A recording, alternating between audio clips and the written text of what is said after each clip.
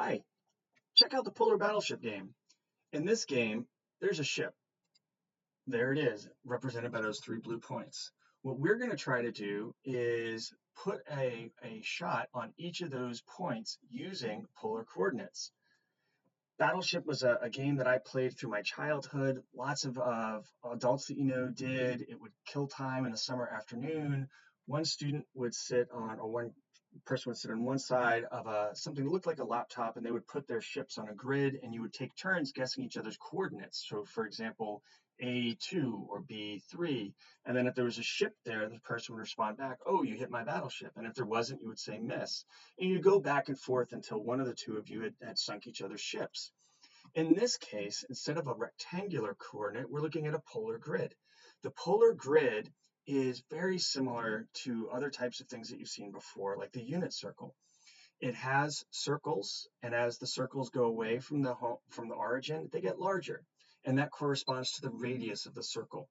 And the radius is over here as an input value.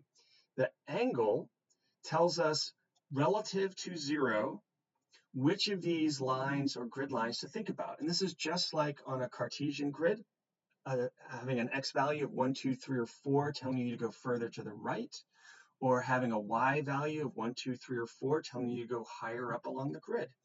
So in this case, if we want to hit this point here, its radius would be 1. We can see that it's on the 1.